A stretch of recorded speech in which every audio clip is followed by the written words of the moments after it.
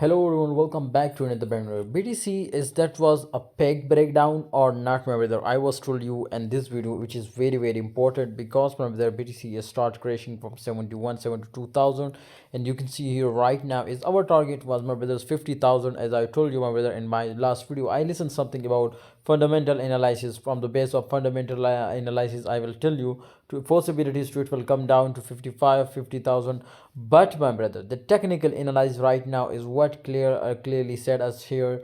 As you can see here, it was crashed down. Okay, on Telegram group I also post 3 4 signals about BTC, my brother. Okay, if you are not on Telegram, link is in the description. Must join Telegram, so you will be get daily 10 to 15 signal. Okay, BTC fake breakdown, you can see you're looking at if it will off and break this again. I strongly recommend you to take a long position again. 71,000 is again, my brother, available possibilities to hit now.